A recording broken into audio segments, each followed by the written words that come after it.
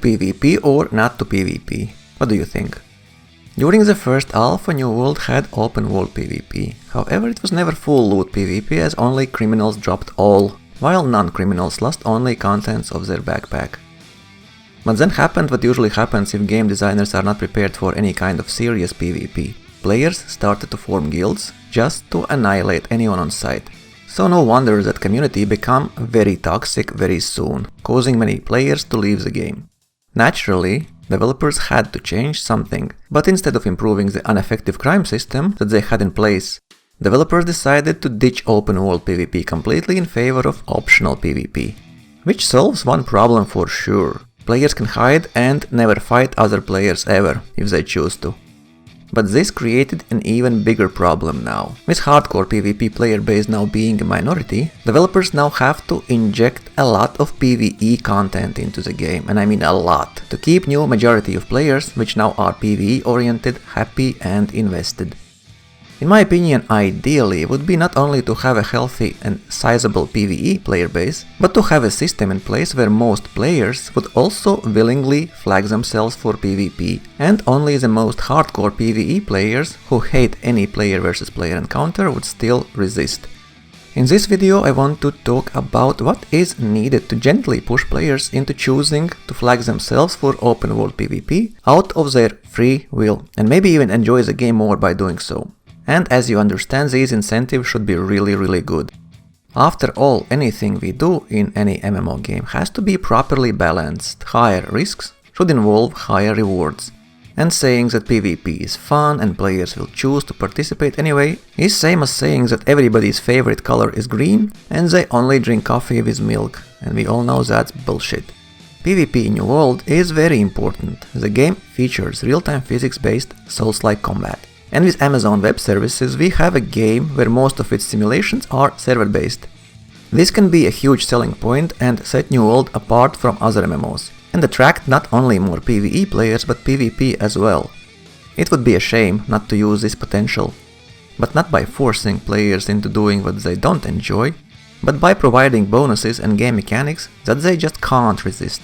So let's try to figure out what has to be done for most players to permanently flag themselves for open world PvP. Normally in games with optional PvP we have three groups of players. Hardcore PvP, that never ever engage in any PvE activities, God forbid. Complete opposite of them, hardcore PvE players. And the third group, which is the biggest one, players who don't mind one or another, and occasionally will flag for PvP and turn it off, depending on what they are doing, gathering resources, doing PvE or PvP missions, boss raids and so on. I would say that hardcore PvP and PvE players form around 30% from all player base, and the remaining 70% are players without clear preferences. Of course, only developers can tell us exactly what is the ratio between PvP and PvE players for any particular game, as they have access to all the metrics, and they should take this data into account when implementing new design mechanics, then tweak and balance these mechanics accordingly. I myself don't have clear preferences, as I can enjoy good PvP and PvE alike. All that matters is how it feels to me and what I get out of it. And this is where all developers fail miserably, at least in all games that I've played with optional PvP. There were no real incentives to opt into PvP for players who can do both, but still choose PvE, just because humans are lazy and nobody likes to die, and PvE is an easy mode, we know that. What these players need is a reason, and what I find interesting is that usually to push huge chunk of players from this middle group into choosing to permanently flag for open world PvP is fairly easy. And yet no developers do that. Why? So let's start with incentives. At the moment we have a vast majority of players somewhere hanging in between PvP and PvE. The first incentive is experience bonus, but of course, we play MMOs to level up, and finding ways how to do that faster is always a good way how to persuade players into one activity or another. Higher risks that come with PvP should award with greater rewards. The second incentive is harvested material bonus. Who doesn't want to get more resources from the same node? But beware, you might be hunted by other players, and you will be. Usually gathering resources in PvE at some point becomes a totally safe activity, as soon players can handle any NPC without any issues, but enemy players will be always dangerous. And the third incentive would be weapon leveling speed. Every weapon in New World has skill trees, and that would be a great incentive for players to flag themselves for PvP, if they could level up those faster. More choices always are good for the game, but developers need to check what is going on and properly balance it all. Now we have 3 bonuses. But by how much exactly?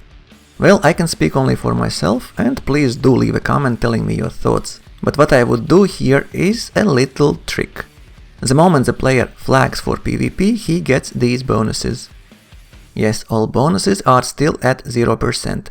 After spending 1 hour outside safe zones, all bonuses would reach 1%. After 10 hours, players get 10% of all bonuses. And only after 50 hours spent outside safe zones, the player would reach maximum bonus of 50% in gathered material, experience gained, and weapon leveling speed.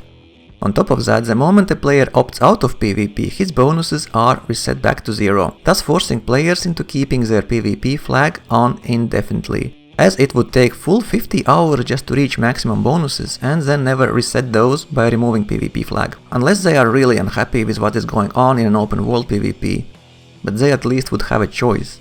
With these incentives, I would expect this change to happen in open world PvP versus PvE. Now at least half of players from the second group would migrate and join PvP side. That would mean that now around half of all players who play New World are always flagged for open world PvP. But like I said, this bonus timer would only run outside safe zones, so no AFKing in sanctuaries for 50 hours and no opting out of PvP, as then players would start from 0% bonuses all over again. 50 hours is a long time, and who wants to have such hefty bonuses will have to work for them. This way it also wouldn't be like a crazy bonus right away, and overall should feel more balanced, as the 50% bonus will kick in only when players are already at very high level. But I'm not done yet, as I want to push even more players from the middle group into PvP. So what players hate most? Wasting time and losing their items. Dying also is annoying, but it's PvP.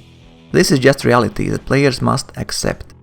So what I would try here is this. If a player is killed by other players inside territory controlled by his faction, then nothing is dropped. All harvested resources and farmed items are safe. But if a player is killed in the enemy territory, then he drops all items that he has in his bag. This should push into open world PvP even more players, and particularly the ones that prefer to have all bonuses and enjoy harvesting resources and exploration too, but are too afraid or uncomfortable of being killed by other players. Now they basically are protected inside all territories owned by their faction. With this change, I would expect that players that are flagged for open world PvP would look something like this. We would still have some hardcore PvE players and a similar sized middle group now that still wouldn't be convinced to be flagged all the time, but New World now would have a healthy size PvP player base to engage and interact with one another. On top of this all, now the majority of PvP players would also participate in many open world PvE events, as they equally enjoy those. And as they are flagged for PvP, that would bring crazy fun fights when players from multiple factions try those open world events. Now there would be plenty of NPC enemies and plenty of player enemies in the same spot. It's hard to say what PvE content Amazon will drop in New World. But we already have Instance Spriggan, which is pure PvE, and we were told that open world bosses also are coming. So it will be interesting to see what else devs have in mind. With all those changes, I would keep an eye on how this plays out, and if all is fine, meaning majority of players from middle group enjoy being flagged for PvPs, and maybe increase the spawn rate of some of the most important resources for players who are opted into PvP. And by doing that, controlling a territory that has these rare resources now would have a top priority to be conquered by enemy factions and add more layers to Aeternum. It would be interesting to see if these incentives would really push the majority of players to play with open world PvP flag always on, and if players that are leveling up would stick more to territories controlled by their factions or not. At least now, if you are killed by another player, you know why you flagged yourself for PvP, and ganking players inside their territories wouldn't be devastating because of item loss. Maybe even these changes would attract more players who don't mind PvP to the game.